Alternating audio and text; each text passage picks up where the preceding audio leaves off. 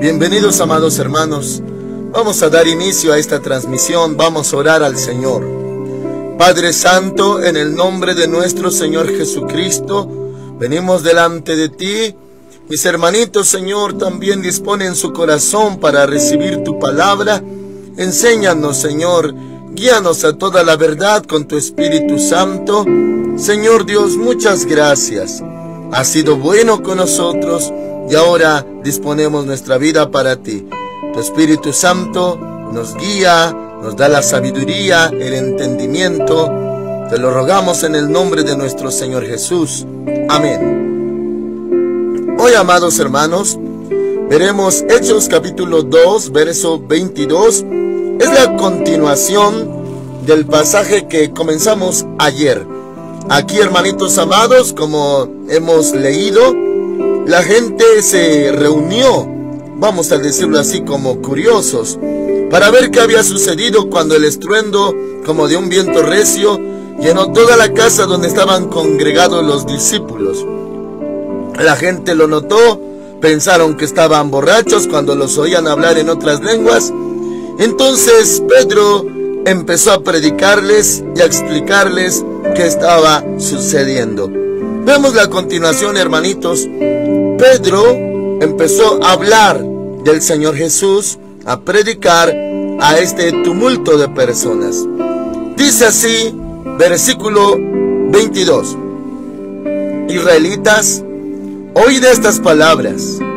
Jesús Nazareno, varón aprobado por Dios entre vosotros, con las maravillas, prodigios y señales que Dios hizo entre vosotros por medio de él, como vosotros mismos sabéis.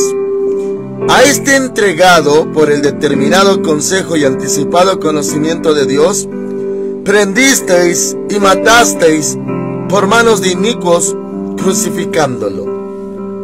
Amén, hermanitos. Así se dirigía Pedro. Ya había dado la primera parte de su discurso, de su predicación, la cual vimos ayer, la profecía general. Y ahora se dirige a todos estos judíos.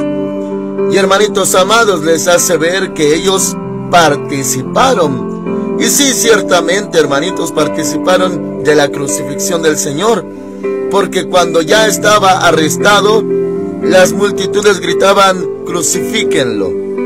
Y sí, hermanitos, por eso Pedro se dirigía a ellos como participantes de la muerte del Señor.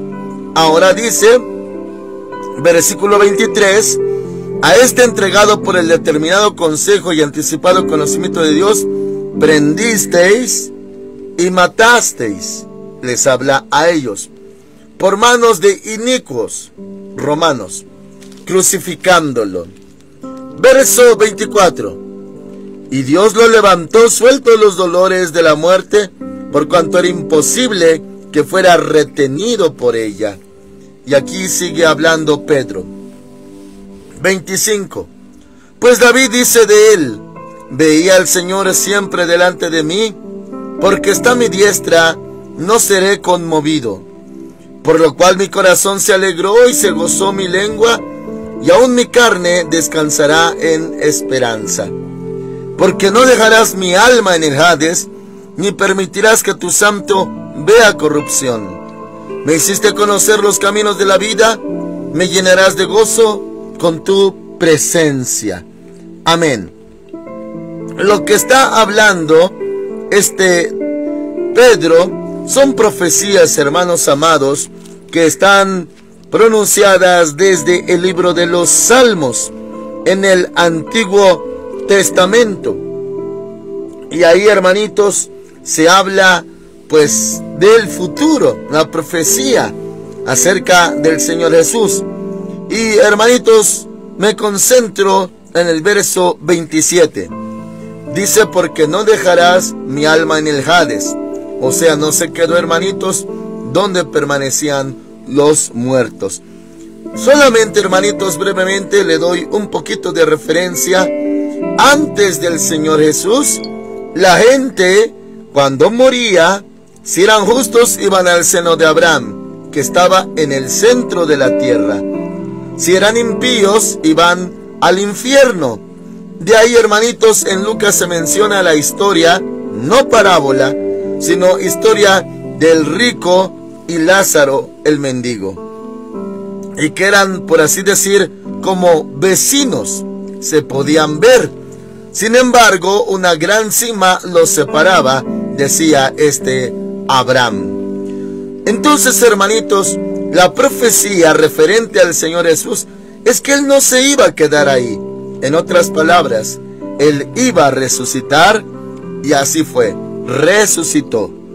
Por eso dice Hechos 2:27, porque no dejarás mi alma en el Hades. En el Hades.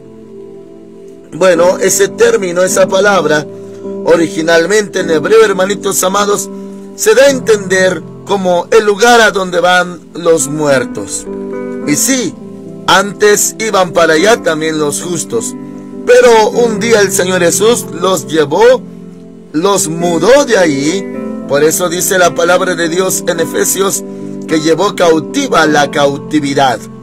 Esa expresión se refiere a que se los llevó al cielo. Ahora sí, ya no hay nadie, hermanitos, en el seno de Abraham. Ese lugar ya no está ocupado, no está habitado. Se fueron al cielo, porque el Señor Jesús dio apertura, entrada para el cielo. Y luego dice, hermanos amados, ni permitirás que tu santo vea corrupción. En varios sentidos, hermanitos, habla de la corrupción que no iba a ver o participar en ella el Señor Jesús. Y esto habla, hermanitos amados, lo voy a decir con mucho amor y también con claridad. Habla, hermanos amados, del proceso de la muerte del cuerpo cuando empieza, hermanitos amados, a descomponerse. A eso se llama corrupción. En primer lugar, hermanitos, ya vimos de que un rico llamado José de Arimatea, por así decir, prestó su sepulcro nunca antes usado, su sepultura nunca antes estrenada, y ahí entró el Señor Jesús. No había inmundicia, no había huesos, no había restos de otros cuerpos anticipados. No, hermanitos, era el que estrenaba ese lugar. Ahí no había nada sucio. Pero también su cuerpo, hermanitos, no vio corrupción, que equivale, y claro, con un punto práctico, como él fue desangrado, hermanitos, no quedó gota de sangre. También por eso no hubo corrupción o estado de descomposición como suele suceder. Bueno, hermanitos, ya pasados los días, las horas, pues el cuerpo tenía que pasar por esto. Me refiero al cuerpo carnal del Señor Jesús. Pero estaba profetizado que no iba a haber corrupción. Podemos parafrasear putrefacción, descomposición y toda la inmundicia que conlleva cuando un cuerpo, hermanitos, ha muerto. Él no iba a pasar por eso. Es que, hermanos amados, el Señor Jesús es santo, santo, santo en todas las áreas, también en su cuerpo. Ahora dice, hermanitos, sigue predicando Pedro y haciendo mención, verso 28. Me hiciste conocer los caminos de la vida, me llenarás de gozo con tu presencia. Esa era su predicación, refiriéndose al Señor Jesús y, claro, a la multitud. Él se dirigía a la gente que habían venido. Les estaba predicando Pedro inmediatamente del Pentecostés. Y dice, hermanitos, verso 29, retoma dirigiéndose a ellos. Hermanos, se os puede decir libremente del patriarca David, que murió y fue sepultado, y su sepulcro está con nosotros hasta el día de hoy. Hace referencia de David, hermanitos, porque estos salmos, esta profecía, estaba contenida en salmos escritos por David. Por eso habla de David. O sea que David no se refería a sí mismo, sino era una profecía mesiánica, referente a nuestro Señor Jesucristo. Ahora por eso habla así. Le conecto el 29 en adelante. Hermanos, se os puede decir libremente del patriarca David, que murió y fue sepultado, y su sepulcro está con nosotros hasta el día de hoy. Pero siendo profeta, ahí atribuye, hermanitos, que David era profeta. Y cómo no, mis hermanitos, varios de sus salmos fueron mencionados por el Señor Jesús. Entre ellos, Dios mío, ¿por qué me has desamparado? Salmo capítulo 22. Elí, Elí, lema sabactani. Eso equivale cuando él estaba en la cruz. Y otros salmos más, hermanos amados. Bueno, aquí dice, pero siendo profeta, habla de David, y sabiendo que con juramento Dios le había jurado que de su descendencia en cuanto a la carne levantaría al Cristo, al Mashiach, para que se sentara en su trono, viéndolo antes, habló de la resurrección de Cristo, que su alma no fue dejada en el Hades, ni su carne vio corrupción, descomposición, putrefacción. Es eso. 32. A este Jesús resucitó Dios, de lo cual todos nosotros somos testigos. Acuérdense, hermanitos, que en 1 de Corintios capítulo 15 se habla de 500 testigos. Y por eso dice aquí, de lo cual todos nosotros somos testigos. 33. Así que exaltado por la diestra de Dios y habiendo recibido del Padre la promesa del Espíritu Santo, ha derramado esto que vosotros veis y oís. Ese día de Pentecostés, hermanitos, era el efecto de todo esto. Y claro que dice la Escritura, y lo vimos ayer, que algunos pensaban que estaban llenos de mosto o borrachos. Por eso aclara aquí, así que exaltado por la diestra de Dios, habiendo recibido del Padre la promesa del Espíritu Santo, ha derramado esto que vosotros veis y oís. David no subió a los cielos, pero él mismo dice, dijo el Señor a mis señores, siéntate a mi diestra hasta que ponga a tus enemigos por estrado de tus pies. Esa es otra profecía también de David. Ahora, 36. Sepa pues ciertísimamente toda la casa de Israel, que a este Jesús, a quien vosotros, ustedes, crucificasteis, Dios lo ha hecho Señor y Cristo, Adonai y Mashiach, Señor y Cristo. Y hermanitos, él les predicaba de este Señor Jesús, nuestro Salvador, que Él es el Hijo de Dios, Él es Mashiach. Y claro, les hablaba la verdad, que ellos habían participado de esto. Ahora el 37. Al oír esto, se compungieron de corazón y dijeron a Pedro y a los otros apóstoles, hermanos, ¿qué haremos?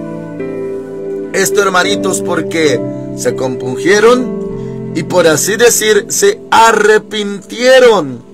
De ahí la pregunta, ¿qué haremos, hermanos? ¿Qué haremos? Porque ellos participaron. Ellos pidieron que se libertara a Barrabás y que se crucificara al Señor Jesús. Y ahora estaban compungidos. Un enorme dolor estaba abatiendo sus corazones. Ahora, la respuesta de Pedro. Verso 38. Pedro les dijo, arrepentíos y bautícese cada uno de vosotros en el nombre de Jesucristo para perdón de los pecados y recibiréis el don del Espíritu Santo. Amén. Aquí habla, hermanitos, de los dos bautismos, ya que nosotros tenemos dos naturalezas. Dijo el Señor Jesús, lo que es nacido de la carne, carne es, primera naturaleza. Y lo que es nacido del Espíritu, Espíritu es, segunda naturaleza, la espiritual, nuevas criaturas en Cristo. Y hay un bautismo para la naturaleza normal, natural, carnal, es bautismo en agua. Y hay bautismo para la nueva criatura en Cristo, bautismo en el Espíritu, que es, hermanitos, también dada por el Señor Jesús. Ahora aquí habla de estos dos bautismos, pero vamos por orden. Desde el verso 38, Pedro les dijo: arrepentíos y bautícese cada uno de vosotros. Hermanitos amados, le hago ver acerca de este punto. Si alguno se preguntara cuándo se debe de bautizar en agua un nuevo creyente, una nueva criatura, inmediatamente, hermanitos. Esos argumentos de mucho cristiano carnal conforman una lógica, un razonamiento carnal que no tiene nada que ver con lo espiritual y con los designios de Dios. Es, hermanitos, y se ha escuchado mucho: yo no me bautizo todavía porque quiero cambiar primero, o quiero mejorar, o quiero santificarme, o quiero prepararme.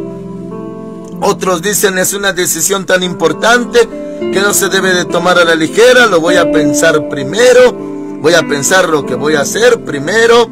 Otros dicen: me falta mucho, así que como todavía me falta mucho, no me bautizo. Oh, hermanitos, todo eso es errado. ¿Cómo va a nacer de nuevo si no muere?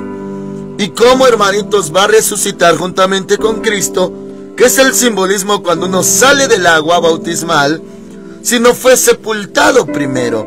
O sea, somos sepultados, dice Romanos capítulo 6, juntamente con Él, para que juntamente con Él seamos vivificados. O sea, ¿por qué uno tiene que ser sumergido en las aguas? Mis hermanitos, nada que ver con el bautismo de la Iglesia Católica a los bebés. Porque el bautismo significa muerte, sepultura y resurrección. ¿Qué tiene que ver que le echen por aspersión agua a la cabecita de un bebé? ¿Qué tiene que ver? Esos son dogmas de la Iglesia Católica Romana, no es un fundamento bíblico.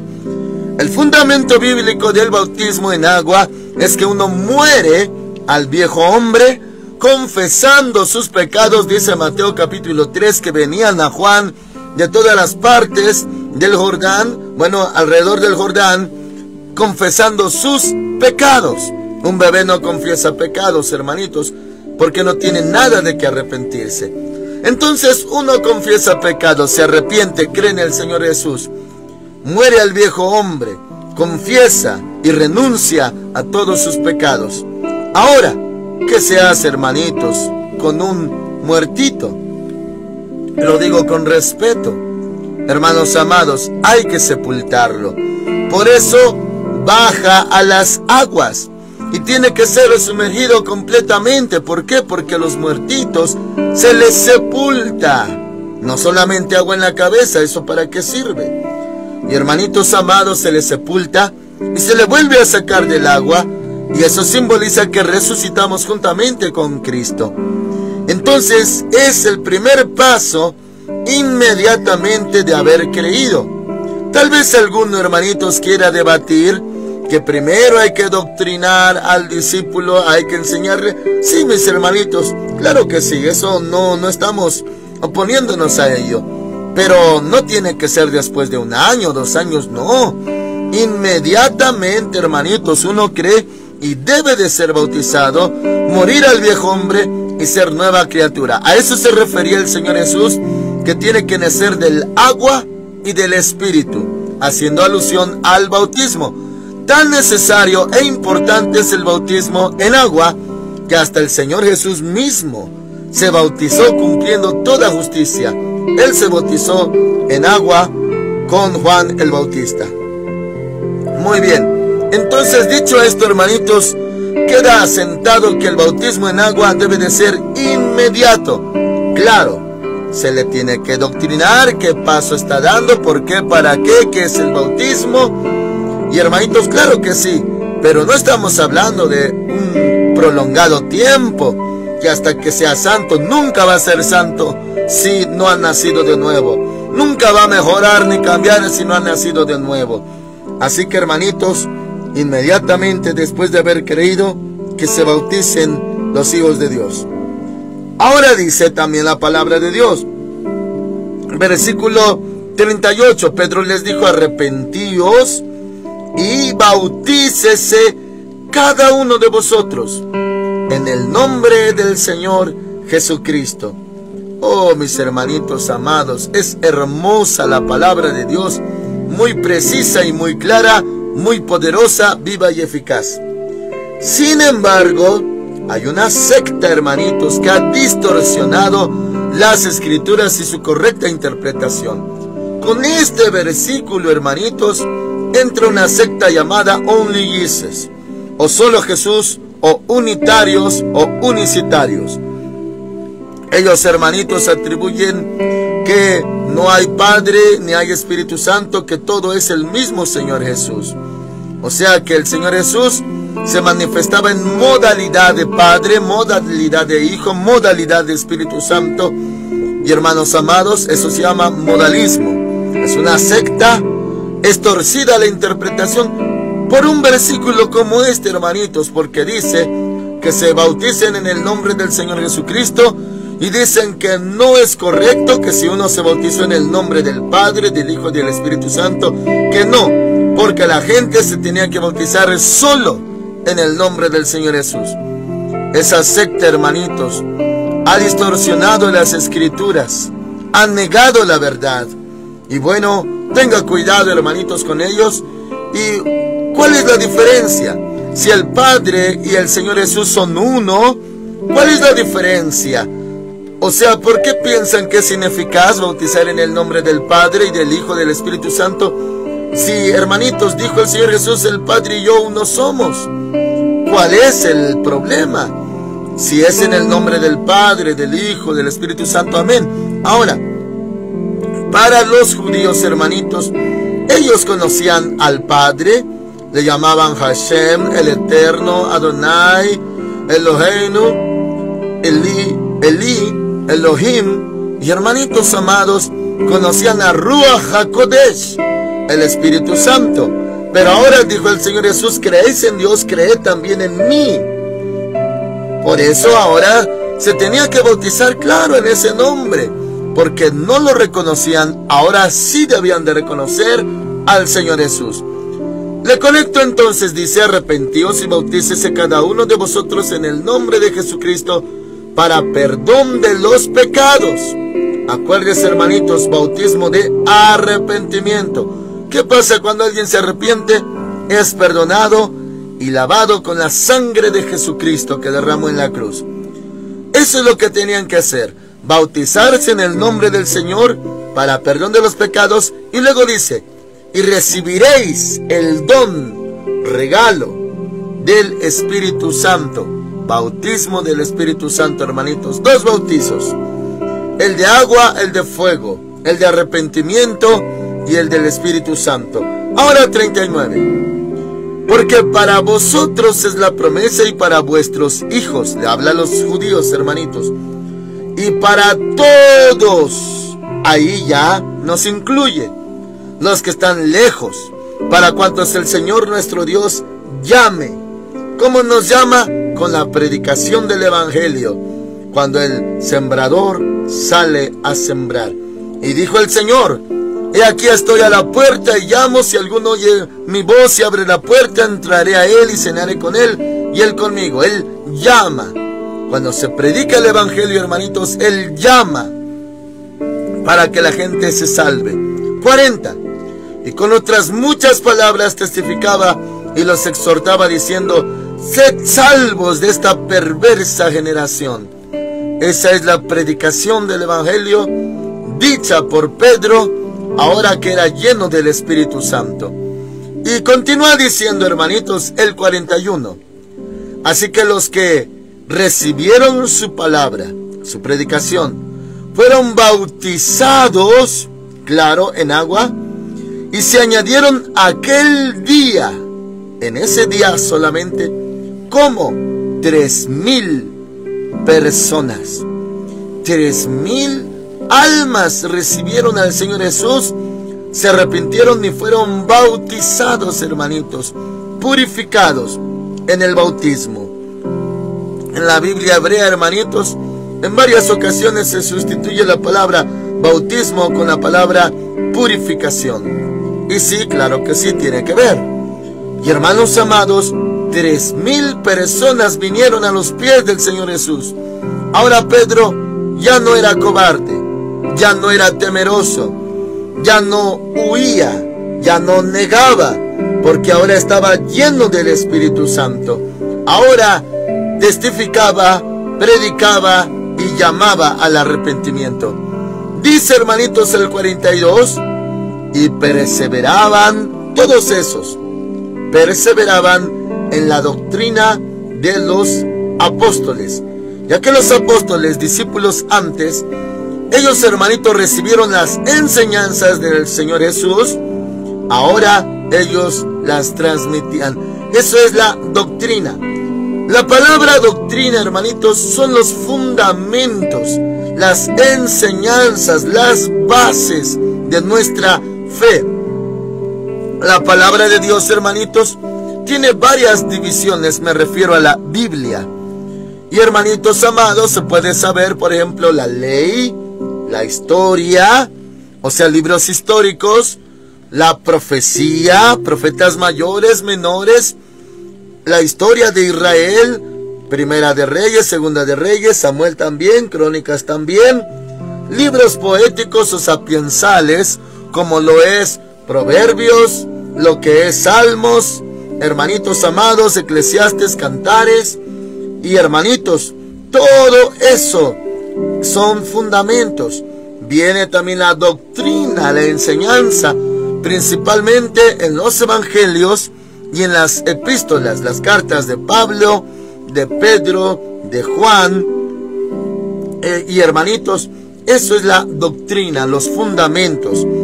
También tenemos la profecía, tenemos las enseñanzas y obras del Señor Jesús, y todo esto encierra, hermanitos, una cosa maravillosa, poderosa, la doctrina.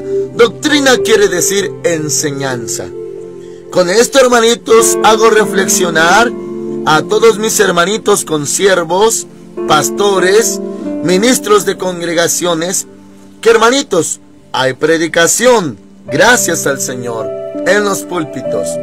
Hay enseñanza, hay, hermanitos, profecía, hay motivación, lo que se llama en la palabra exhortación, pero también debe de haber doctrina, fundamentos, palabra que hace aumentar nuestra fe, fundamentos de nuestra fe, y es la verdad. La palabra de Dios es verdad. Entonces, hermanitos, toda persona que recibe al Señor Jesús en su corazón, que se arrepiente, que es bautizada, ahora debe de perseverar. ¿A qué nos lleva esto? A congregarnos.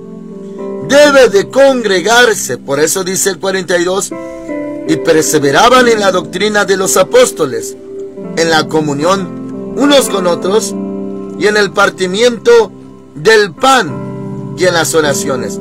Todo esto, mis hermanitos, está encerrado en una sola palabra: congregarse en culto, hacer culto a Dios, venir al templo, alabarle. Y fíjense, le leo todo el 42. Perseveraban en la doctrina de los apóstoles, les enseñaban, les predicaban. Luego dice, en la comunión unos con otros, lo que sucede en un culto. Hermanos amados, también se le conoce como koinonía. Esa bendición que hay de congregarse y, hermanitos amados, estar en comunión unos con otros. Y alguna vez en una transmisión, hermanitos, se mencionó que comienza desde lo espiritual. Amén. Porque si se lleva a cabo solamente en lo carnal, equivale a muchos problemas. Pero esto no es carnal, es espiritual primeramente. Luego dice, en el partimiento del pan, podemos entenderlo como Santa Cena. Pero más adelante, hermanitos, veremos que también aquí en el libro de Hechos se menciona que comían todos ellos. Y de ahí, hermanitos, va a entrar el tema de los diáconos. ¿Por qué surgieron los diáconos o servidores en la congregación primitiva de la iglesia del Señor? Porque comían diario, hermanitos. Pero también había creyentes no judíos, y se decía que se descuidaban a las viudas o mujercitas de los que no eran judíos. En otras palabras, que no se les atendía bien o no se les servía de comer rápido. También en otras partes menciona, hermanitos, a eso se le llamaba ágapes, o sea, la comunión y a la mera hora comer juntos. Y eso en los cultos. Los cultos no es, hermanitos, como ahora que se debate que si el día de reposo o tiene que ser el primer día de la semana, domingo, el culto obligatoriamente. Hermanitos, no entramos en esos debates, porque de Dios son todos los días. Y en todos los días le hacemos culto al Señor. En todo tiempo le invocamos y le adoramos, no solamente en domingo. Y hermanitos, había un día dispuesto para Israel, el Shabbat, día de reposo. Está escrito en los 10 mandamientos: acuérdate del día de reposo para santificarlo. 6 días trabajarás y harás en ellos toda tu obra, mas el día séptimo es de reposo para Jehová tu Dios, no harás en él obra alguna. Bueno, está dentro de los 10 mandamientos, pacto de Moisés, con Israel también, Dios con Israel. Y hermanitos, nosotros ya no se nos instruye acerca de guardar el día de reposo, y no solamente el día domingo tampoco, sino todos los días son de Cristo. Ahora dice, hermanitos, el partimiento del pan y las oraciones, todo esto se hacía en un culto. Orar, recibir doctrina o predicación, comunión unos con otros y convivencia comiendo pan. Claro, hermanitos, que alguno podría entender que habla de la Santa Cena. Sí, también, hermanitos, pero también comían diario. Eso lo veremos, hermanitos, más adelante en este mismo libro de los Hechos.